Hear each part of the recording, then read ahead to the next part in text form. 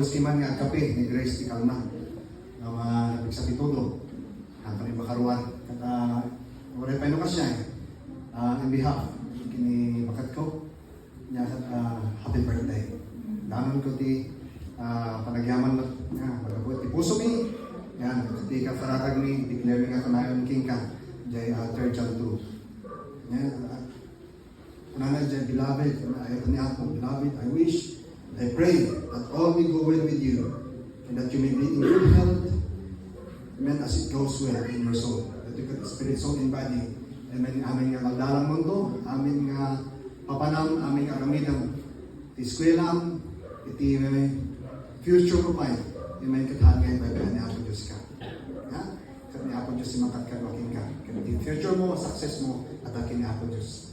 Amen. Dati kararag ni na maging normal ni Amen. Amen. It's coming days and months and years.